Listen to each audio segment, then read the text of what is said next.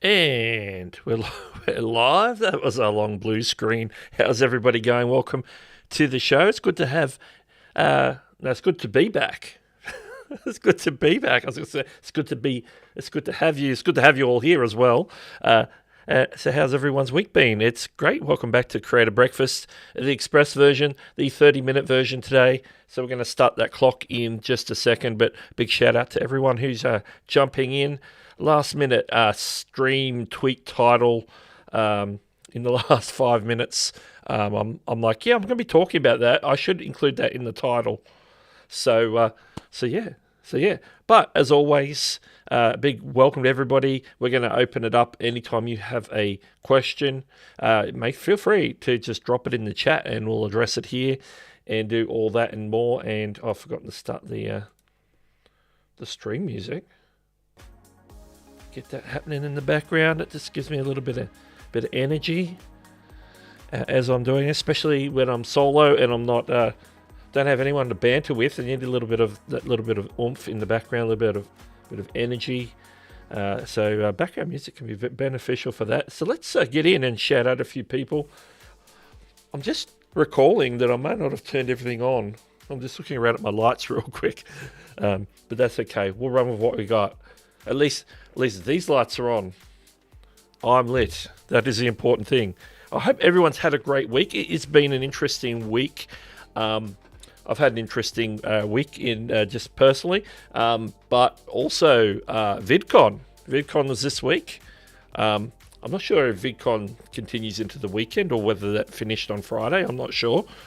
I have no clue. But yeah, VidCon week. That and more. We'll touch on VidCon in a story a little bit later. We'll talk about it. So let's jump in and do some shout outs like we always do to start the show. As soon as I do the shout outs, I'm going to start the clock. So here we go. Before the stream, Little Crafty Nook is in the house. Welcome. Chantel jumped in, and as well, Aaron's Church of Fun dropped in. Also, he subscribed last week during the show. It was a marathon show. It was like 3.5 hours of channel reviews and other goodness. Joining me, of course, was Chantel. So it was a great show. A lot of people came by, either stuck around or popped in and out. It was a really good show. We sort of just covered because Nick Dimon wasn't live, so we were filling the gap, so to speak. Let's see who's coming in. I need to scroll down this. The Canva Classroom is here. Welcome. And Sparky 107 is in the house. The live streaming house here. And Sparky needs some birthday cake. Is it your birthday, Sparky? Happy birthday if it is. I'm assuming that implies that it was or is your birthday. I am lit. That's right. I have my lights on, so I am lit. And here we go. That's it so far. If you're lurking, make sure to say hi in the chat and let me know that you're here, that you're watching, and we'll give you a shout out. And of course, we'll be jumping in and shouting out a few of the newer subscribers. Big subscriber spurt on my channel this week. Last week's live stream, I was telling Chantel after the stream, I was having a look at the stats as we went off air last week. And from before the stream till the end of the stream, my channel had grown, like jumped 20 subscribers just over that 3-hour period. And then I've picked up more since, of course, in the past week. But yeah, thank you if you're one of those people that subscribed in the past week or during the stream last week. Appreciate that. Every month, Chantel and myself will be reaching out and doing that channel review show called Check My Channel. We did it last week, so we'll be coming up again in July, third Saturday thereof, I believe it is.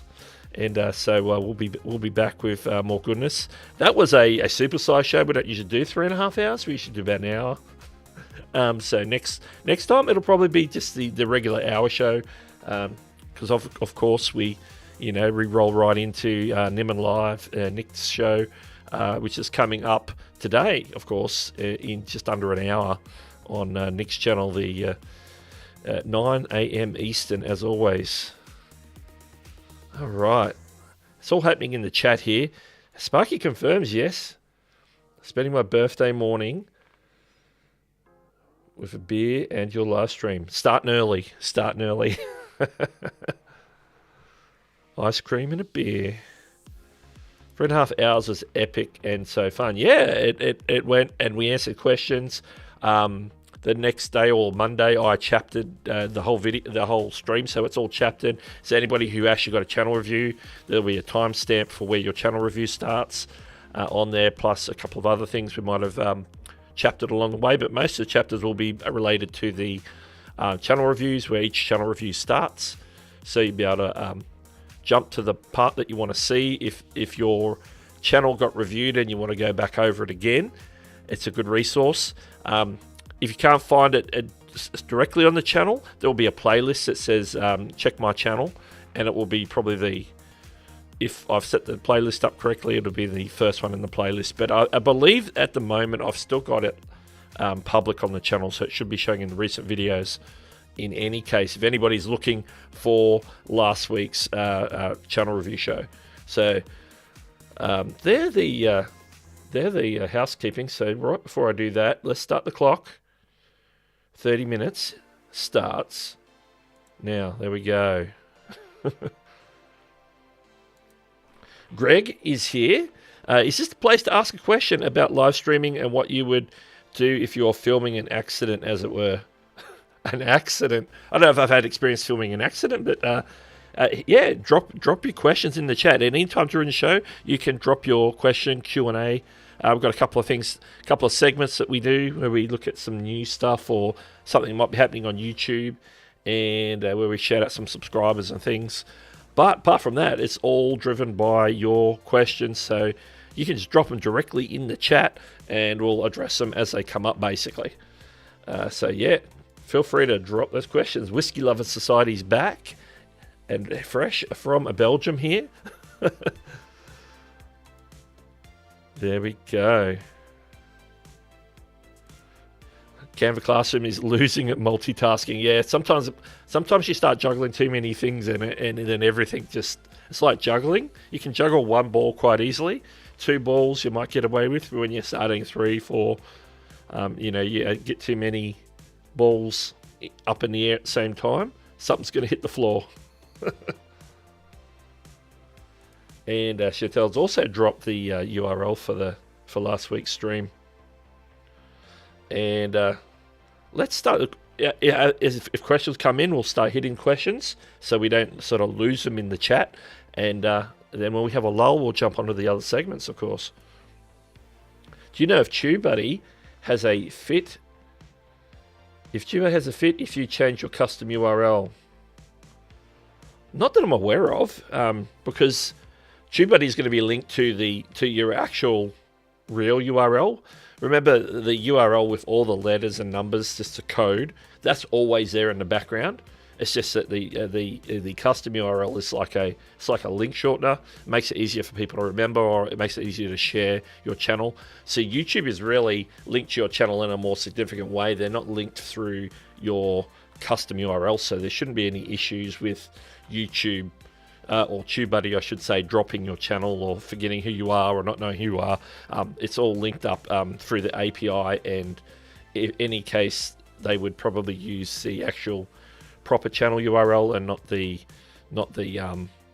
custom URL. So you should be good if you change custom URL with TubeBuddy.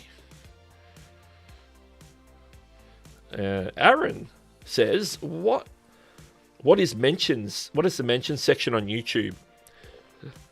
Mentions, because what you're meaning is in the studio, when you go to comments, there's a couple of tabs at the top. One's your comments and one's your mentions. Mentions just basically shows you anytime anyone on YouTube mentions your channel with the at Aaron's Church of Fun, and then it pops up, it links. So if anybody's ever mentioned you, it'll be showing up on that tab. So you can go to that tab and see, oh yeah, such and such mentioned me or whatever. And sometimes you'll, depending on how you got your notifications set up, you'll get a notification that someone's mentioned you. But most of the time, getting that many notifications could be over the top, particularly for a channel that's quite busy and very popular. They're going to get mentioned all the time, so they tend to have those notifications turned off. But that is the place you can go find it, in that tab that says mentions. And so, yeah, anytime you see anything there, it just means that somebody's mentioned your channel. Let me not lose track of where we're up to. Little Crafty Nook says, always heard just shoot shorts vertically. I guess I never changed the aspect ratio. Could you explain that more, please? Well, you can pretty much do shorts any way you like, because if you happen to, say you're shooting on your phone and you happen to, out of habit, be shooting like this way, you can end up just in the edit cropping into the a vertical format, or you set up your project as a vertical format, bring in your horizontal and just frame it. You just have to move it side to side to frame where you want it to be. So it just depends how involved you get when you're creating shorts. Now, if you're creating shorts straight on this shorts creation tool, you're going to want to hold your camera vertically and do it all vertically, because it's not going to conform or record sideways. It'll basically show you, standing sideways. When people are watching it, they're going to be watching it vertically, and you're going to be, coming in from the side. So, when people suggest us to shoot it vertically, it just means that it's already vertical. The end product's vertical, and if you keep it vertical, then it's just easier to, if you shoot it vertically, the framing is going to be right because you're framing it already vertical.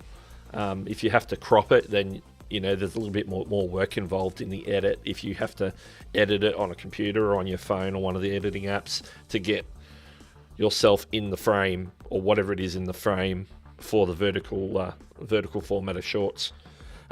It just could mean if you record in horizontal, that you have more work to do. Okay.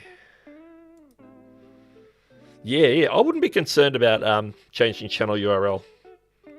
Yeah, they link through the API. No problem there.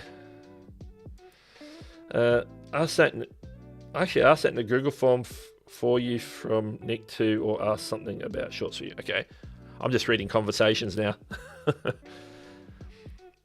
Chantel says, just remember that YouTube do not redirect the custom old URL to the new custom URL, so make sure you change the URL in all places. Oh yes, where you might have that URL mentioned.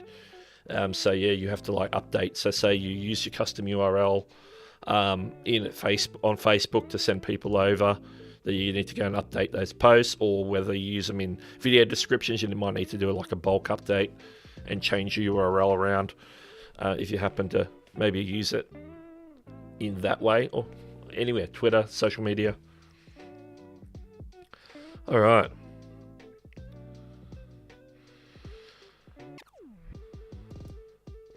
I have the channel called Like It or Not. We hate the name, always have. We finally decide on a new name. Yeah. Sometimes a rebranding is warranted. Greg asks, what is the proper ratio of mods to live streams? I don't think there's a proper ratio. It just depends on who you are and your audience, and whether your audience is the type of audience that needs a high level of moderation, like you talk about controversial topics, or you have predominantly young people in your chat, then you may need a higher amount of moderators to deal with them. Also, depends on what your general viewership is like on a per stream basis. So I reckon every channel having at least one moderator to start with, and then build from there if you need to. One is vital because it just helps take the focus off moderation from the streamer. So straight away, as soon as you've got anybody, you should have one moderator. And then, like, you can have 100 people in your live stream and still be fine with the one moderator, or you might want to have extra moderators in your back pocket for if moderators, maybe somebody can't make it for a certain stream, and so you've got a backup moderator.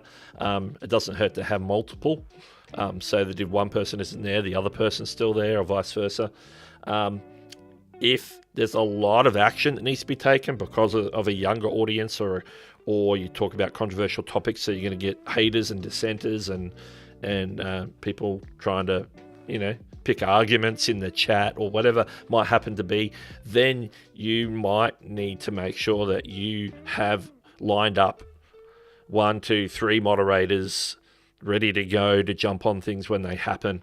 So of course, yeah, if you're going to have a lot of people, if you tend to have a lot of turnout, like hundreds or even thousands of people, then definitely make sure. I think in many cases, even a handful of moderators can deal with even a large group once it gets going. And the other thing is, when you've got a volume of people in the chat goes so quickly that most people aren't going to read it anyway. You just want to look out for, dodginess and people who are spamming and things like that. So I think you can scale with a handful of people as a moderator, 1, 2, 3, 4. You can go exponentially higher amount of audience without having to add too many more extra mods. You just want to cover... and I see you say in the chat there, thousands. So if you had thousands, I would probably make sure you've got at least 3 to 6 moderators on deck at all times. The chat's going to move quickly, so one set of eyes may miss something. 2 sets of eyes sort of, they pick up more things. 3 sets of eyes picks up even more things. But I think. I think once you get to a certain level of moderators, then the audience can scale, but they can still handle it as a group. You just want to make sure that you say you do a regular show and you've got a number of moderators and they all decide not to show up one day, that you've got some sort of organizational thing where that you're going to have at least 50 to 80% of your moderators in attendance. I think at scale, a small group of moderators can handle a large group of people. You just don't want to have maybe 1 or 2. You might just want to have maybe up to 5 to 6.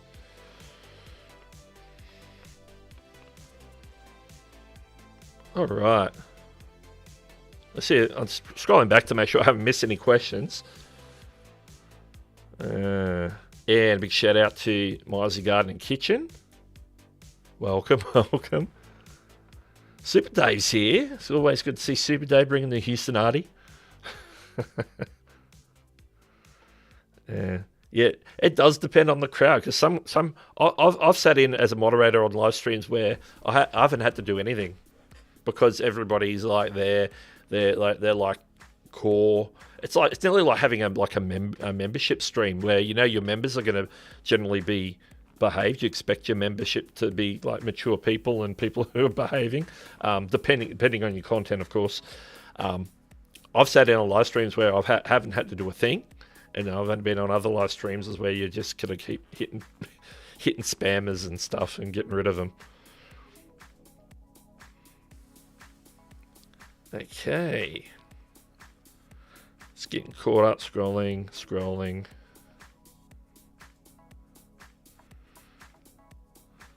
And Canva Classroom has a good point. You can also set the chat to slow mode if it gets out of hand.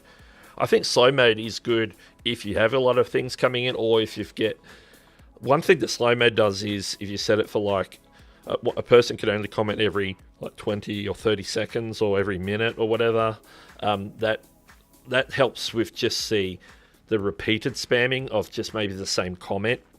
It means that they can't put it in straight away, so then it feels less like spamming. So it's like another way to deal with spamming, in particular with slow mode.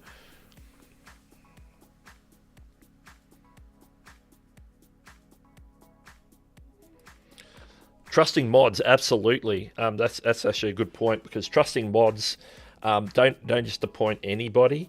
Find somebody that you can, or find a group of people. Sometimes you've got to find them one at a time, who you can trust and say, they've been in our community for a while. They're trusted. That they conduct themselves well in the chat, and maybe I know them personally. Or I've met them in person, or I've, there's something about them that there's enough trust there to make them a moderator.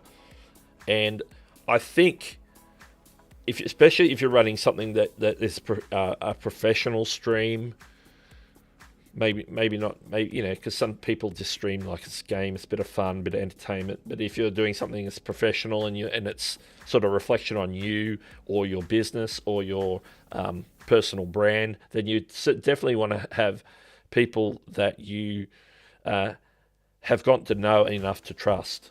Absolutely. And I think in some cases it might be a case of down the road somewhere that they become like bigger groups, but a big part of your community. They're like your community leaders, because mods are effectively like a community leader in a sense. They are, I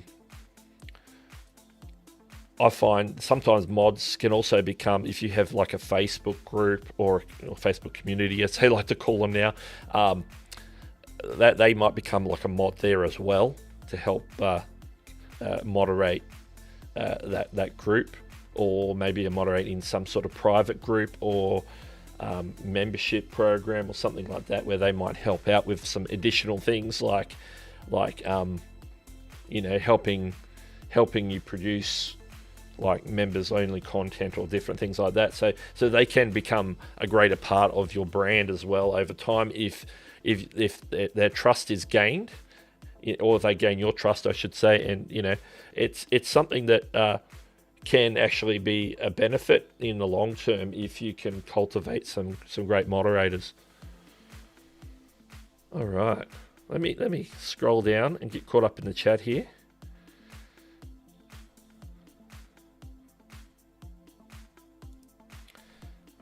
And that's a good point too. If it's a large audience and a low mod ratio, those mods need to be focused on the chat, not so much in the content, or if it makes sense. Yeah, that's right. Sometimes you're more focused on the chat, the scrolling on the screen.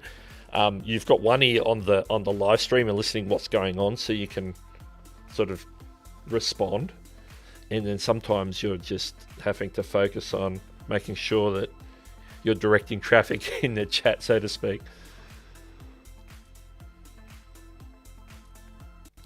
Okay. How do you deal with people spamming your videos? There's always some that comment, some spam or website on my uploaded videos. Me personally, I try and pick up those things first of all with the filter, like the block words filter, so that they don't actually appear publicly, and I can find them in the back end, and then I can deal with them sort of at my leisure, and they're not like harassing, people other than myself.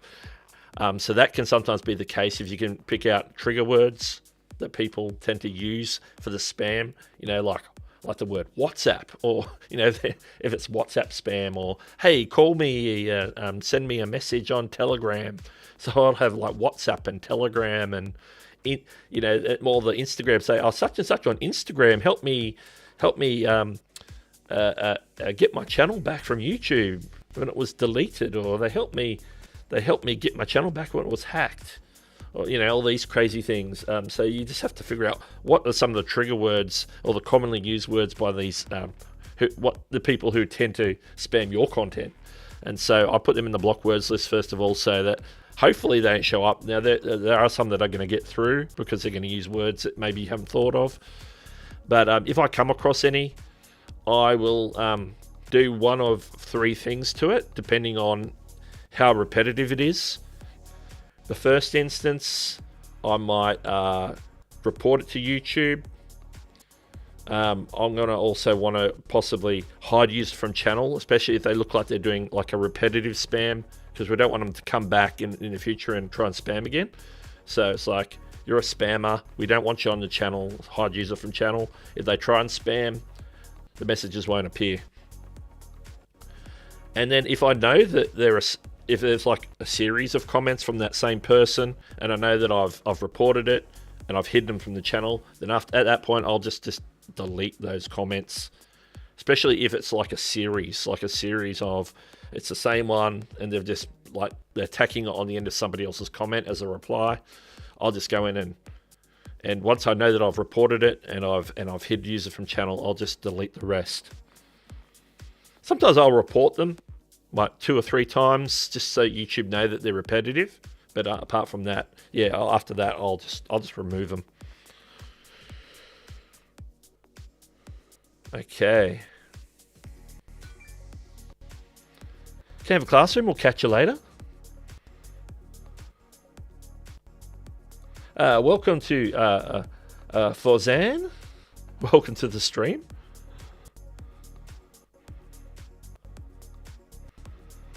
Okay. Greg says, specific to YouTube, will they ever be able to eliminate spam bots? That's an interesting question. That's a big question at the moment with YouTube. I have 100 in my blocked words reported list. Yeah. Whether they're going to be able to come on top of it, it remains to be seen. I don't know what sort of plans. Obviously, blocked words list is a big factor. YouTube have their own. Google, YouTube have their own. They're looking for trigger words, but they're not obviously not strict enough because they're getting through. The onus also is on the channel on the channel itself to have their own blocked words to see what's popping up on their channel and try and block them as much as possible. But looking out for specific words is always, they're going to come up with new ways to get their messages through. So something you just got to be vigilant on. And I don't know what YouTube can do to better, but they've got the Google AI technology behind them to be more effective at blocking them than what we have as tools as creators. So hopefully they can come up with something better than what's happening now. Michael Sahoski's in the house. D. Nemon's in the house. I doubt they'll ever be able to fully handle it. People who scam make bots are always one step ahead. Yeah, exactly. You got to be able to have some sort of anticipation of what they could be trying next, and all you can do is react to what they're doing at the moment, see what they're doing, maybe guess and anticipate the future. But yeah, for YouTube to be on another timely manner, that's going to be near impossible. All they can do is keep whacking. Hopefully they'll come up with better filters, but keep whacking. Whack-a-mole. D knows what I'm talking about.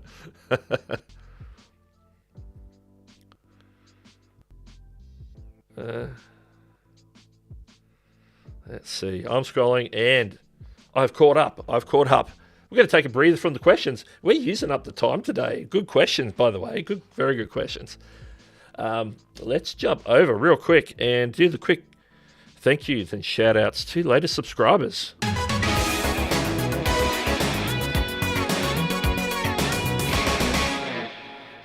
All right, these are the most recent subscribers on my channel, publicly available subscriptions, of course. As I mentioned at the beginning of the stream, we had, during the 3.5 hours, myself and Chantel were streaming last week doing the channel review show. I had over 20 subscribers subscribe during that show. So, and I've had more during the week come on board. So these are some of those people. These are probably people from during the week. We have EJ, We also have Michael Jackson Music. I wonder what that channel's about. I wonder. As a Do has also subscribed. Crystal Umbreeden has subscribed. Someone from Korea in the Korean text there has subscribed. I don't read Korean. I believe it's Korean anyway. It looks sort of Korean to me. I could be wrong. Maybe I could have it wrong. Let me know if it's not Korean. Jordan Lily Stanton has subscribed.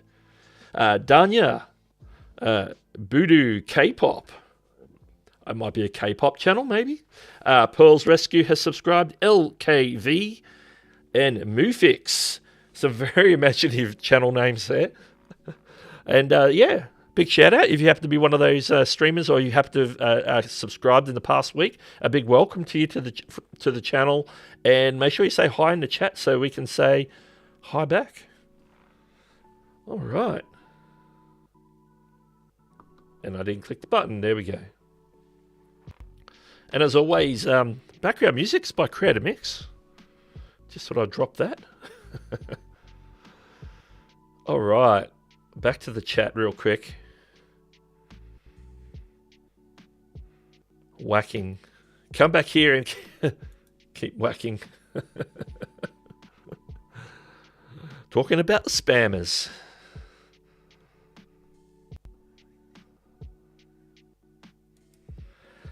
Is there a way to find out what the best time to do a live stream for your audience?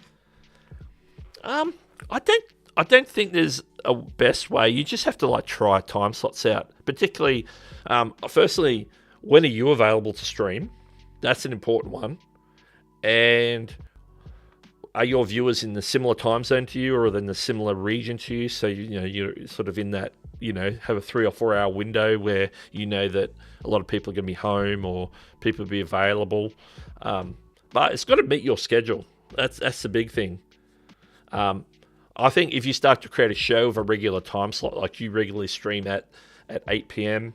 or whatever, for example, as you start doing that on a regular basis, people get used to that and they expect you at that time, and that becomes your time slot. So I don't think there's any wrong answers. You just have to feel it out, what works for you, and then what time slot starts to get a good response, and what, ultimately it's got to fit your schedule. So I think best is to look at your schedule and go from there. And D has confirmed my suspicion that I was Korean. There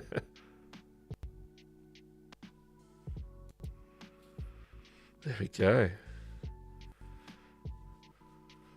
There we go. Okay, I'm up to date.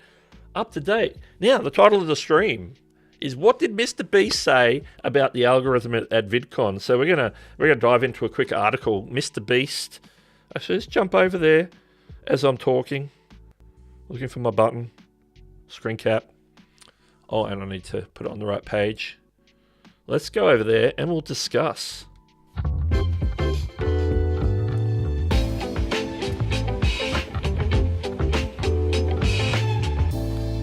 And I basically gave it away with the title of the article there. MrBeast urges VidCon attendees to focus on audience, not the algorithms.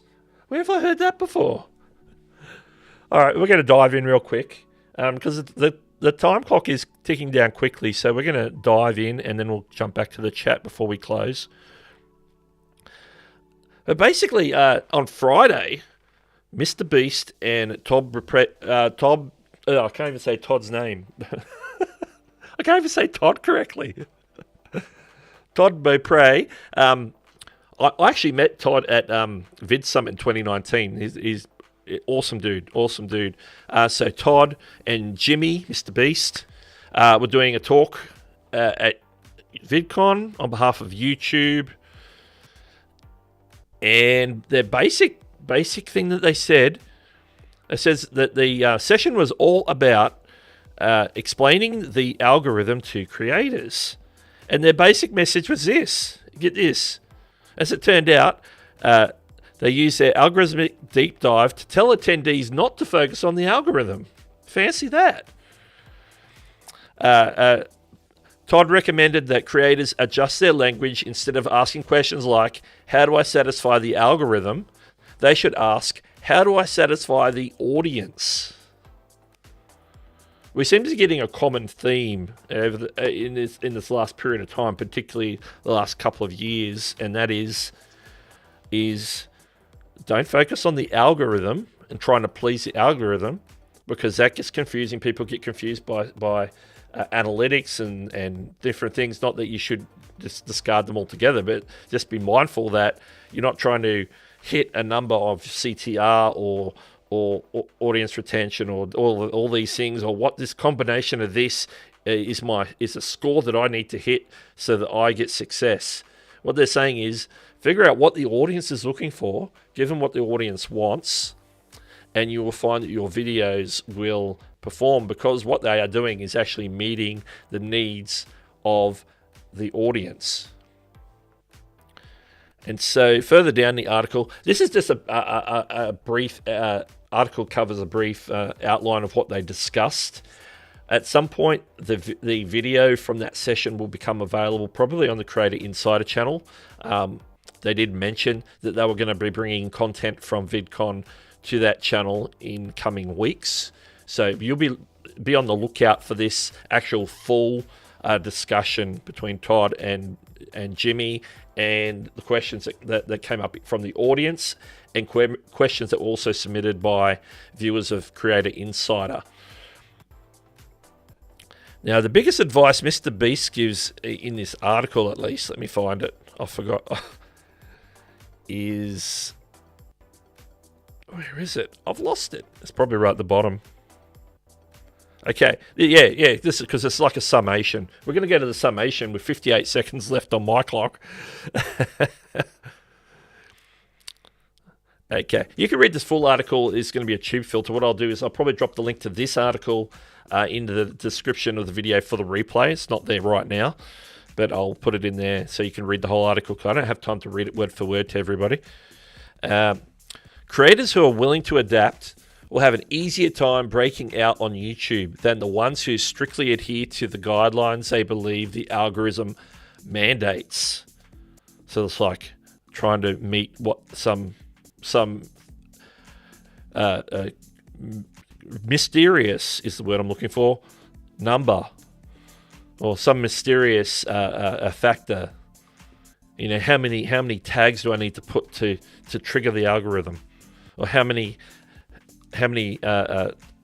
whatever it is, how much CTR do I need to get to trigger the algorithm? Todd noted that YouTube keeps an eye on channels that cross, this is interesting, this part, 300 subscribers. So if you've crossed 300 subscribers, YouTube's got an eye on you, and in a good way, of course. And thousands of channels reach that benchmark every day. So there's thousands of channels every day that hit 300 subscribers. If you want to stand out among the crowd, it helps to tell a story your audience will love, no matter what the numbers might say. So it's all about story. It's about meeting the audience's needs. If you focus on those things, then you're going to get some success. You'll get some success. But I'll put the full article in the description for after the stream anyway. I really ran out of time to cover that in any depth today. But what the basic thing I wanted to get and to remind people of is, it's not about the algorithm, it's about the audience. Because the algorithm follows the audience, is what we've probably heard many, many times. If you haven't heard that before, the algorithm follows the audience. It's looking at viewer signals. So yes, jumping back. There we go. I think the clock rushed me there. Let me go back in the chat, see where we're up to. Shocking reveal of information. I know, it's shocking, isn't it? Where Michael's here, Business Growth Ready. Search rankings now is all user intent focus on audience user intention. Yeah, audience intention. What are people looking for? Because YouTube are looking to show a viewer content that they're going to like, the content they're going to watch, maybe watch multiple times, watch similar content. So they're looking at their viewer history and going, okay, Doug's watching videos on trains and buses and infrastructure. So I'm going to show him more content on trains, buses, and infrastructure. Oh, and he's also watching such and such TV show on recaps and things on this particular show. So I'm going to show him a lot of stuff about Star Trek or something. And so that's the stuff that YouTube okay, we know that they watch this content and they watch it repeatedly. So we're going to show them more content like this. So you just got to figure out what it is that people who are into the content that you make, what sort of topics are they looking for? Can Fly WA is in the house. Greetings from Brisbane. How's it going over there in the west? Who is this MrBeast guy? Does he have a channel? Yeah, I heard. I think the article says he's like up to 97 million subscribers. By the way, he's getting close to that 100. He's supposed to hit. They reckon he'll hit the 100 sometime in July. The article doesn't say that. That's just general scuttlebutt. All right, we're all flying under the radar. Oh, the 300, yeah, somewhat.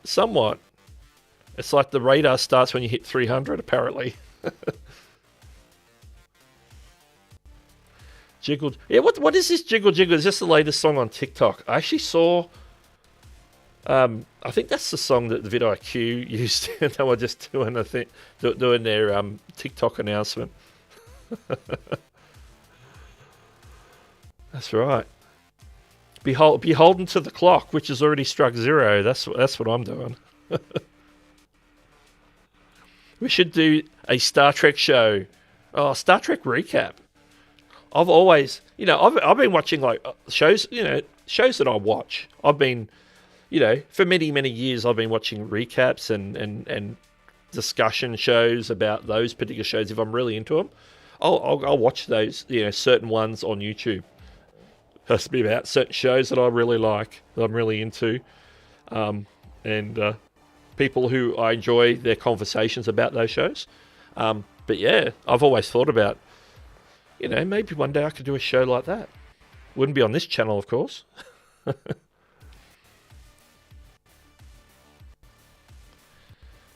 Ollie Smith's in the house. Beautiful people are here. Jonesing for Stocks is here with a question. Any tips on taking on camera presence? Once the camera records, I freeze. Oh, gee, you're asking me. Okay. This is probably one of the bigger parts of YouTube that I still need to work on for myself. In a live streaming format, it's a little bit different. Although some people could, potentially freeze up because it's live and there's people watching them live, and they know because they can see them in the chat here, and that can get very self-conscious. But generally, for me, when I'm recording, sometimes I'll watch myself back and I'm like, yeah, it's not quite. That doesn't quite have the energy, does it? And so I have to sometimes work on that myself. And I think it partially comes from practice, from doing it repeatedly. And doing it repeatedly helps you to get comfortable talking to a camera where there's nobody else around except for you and the camera, unless you've got someone behind the camera, of course, or there's you're sharing the screen with somebody, you have a co-host or whatever. Getting comfortable on camera is a matter of time and doing that repeatedly. It's like when you start a new job, the first day of the new job, you're very self-conscious, you're very sort of inadequate in a sense, and you're not really sure what you should be doing, and they're showing you the ropes of what your job entails, whatever. But 1 year later, you're a lot more comfortable in that position. 2 years later, you're way more comfortable in that position. 5 years later, you probably had a promotion, and you're entrenched in that company if you've been there. If you've been there that long. So it's like a time thing and a repetition thing. Like playing an instrument. The first time you pick up the instrument, you're learning. You don't know what you're doing. It's uncomfortable. It's unnatural. But with repetition and practice, you actually become better. So I think that's the number one key thing you've got to be doing. when it comes to camera presence. And it's something that you're working on, I think, continually from the day you start, and even like 2, 3, 4, 5 years down the track on YouTube, you're still working on that improvement. If you look at some of the people you may look up to now, whether it's someone like MrBeast, or whether it's Nick Nimmin, or whether it's Sean Cannell on Think Media, or someone like that, if you go back and watch their earlier videos, you can see that there's a definite difference in their on-screen presence from then to now. And it might not necessarily be anything but the fact that they've had that experience over time, that they've gotten comfortable, they've improved, they've worked on things to make it just the best product they can do at that time. And so that would be my number one. That would be my number one thing. Canfly WA says, I'm too scared to get in front of the camera. I've been in production circles for quite a while, and I was a behind the camera person. I was a camera operator, a director, a vision switcher, the whole bit. I was one of the technical people. I wasn't the in front of the camera person. So doing YouTube is a new thing for me, to be in front of the camera and presenting myself. I had never put myself in that position before, and so I would highly recommend just practicing that, even if you don't put something. It's not something you put on your channel or that you put out there, but practice that to get used to that. Even if you start off with maybe if you're not doing voiceovers already, start with voiceovers, get used to that, and then being on camera, just film yourself. Don't put it anywhere. Just do it like a test screening sort of thing. Speak English with this guy's in the house. All right, I really need to keep an eye on the time now. Chantel's coming through with some tips as well. Lovely.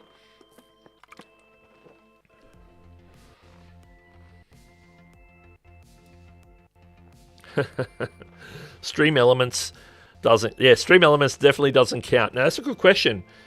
I've known Chantel for quite a while, and she's been in the community, and she has a level of trust, so I appointed her a moderator. She's probably one of my more recent moderators.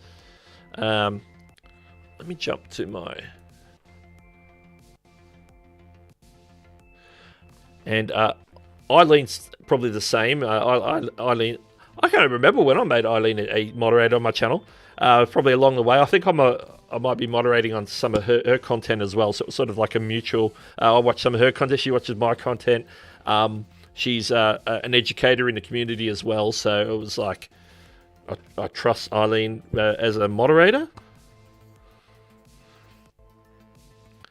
And then I also have, I've got quite a few moderators that don't even pop in anymore. So, over time, your moderator roster is going to change.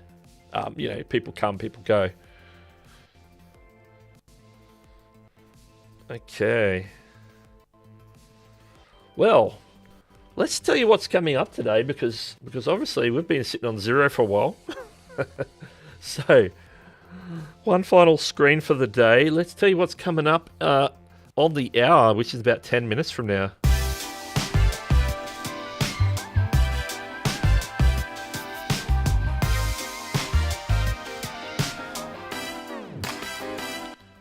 Coming up at 9 a.m. Eastern, it's the one and only, I should point that way, no, that way, Nick Nimmin. How to get subscribers and thrive as a YouTuber. Nimmin Live is the show where if you've got a question about YouTube, there's ample opportunity. The show usually runs 3 hours or so, where you can ask questions, and Nick is very experienced, knows what he's talking about. I credit everything I know pretty much to people like Nick. So make sure that after this you jump over there and jump in that stream. There'll be a form you can drop your Q&A questions, or there'll be an opportunity later in the stream to drop them in the chat as well. Just the volume of questions that need to go through the form. And also, just to mention, this weekend, which is this one up here. On the merch, which is like the merch I'm wearing now, value first.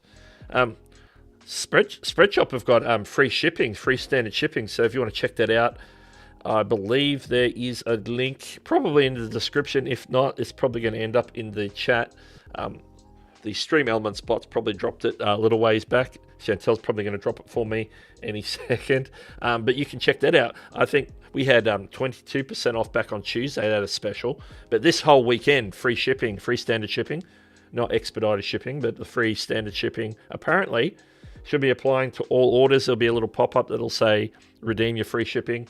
And so you can order a mug, a shirt, a hat, from my merch store.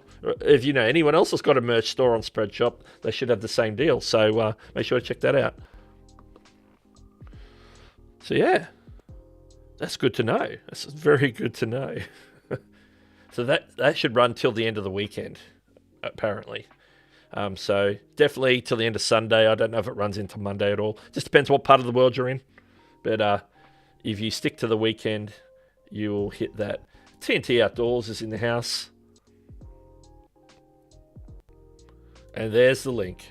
There's the link. Mug time, indeed. Time to buy a mug. Time to buy a mug. I think my most recent merch purchase was my own shirt. So that was my most recent one. Actually, I got a... I did get something from...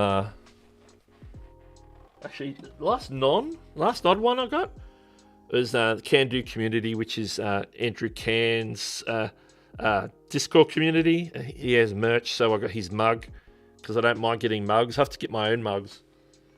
I have a handful of mugs on my set now, so they're all here.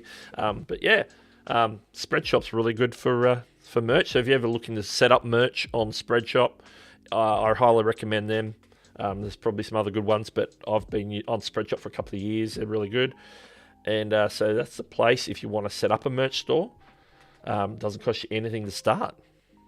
Get your designs up there and start promoting. All right. Alex is here. Greetings from Australia. Greetings from Australia. Alex is coming to us from where we are. All right, well, Nick's about to start in about 6 minutes, so I'm going to wrap up. I need to get ready for that. I've got preparations to make. I want to thank everyone for joining me for more than the allotted 30 minutes. We went a little bit over today. We're talking about things, some great questions in the chat today, so I appreciate that. So make sure to join me next week. I'll be here same time, 8 a.m. Eastern or thereabouts, and I will catch you later. Stay tuned for Niven Live right after the stream. Nick will answer your YouTube questions live.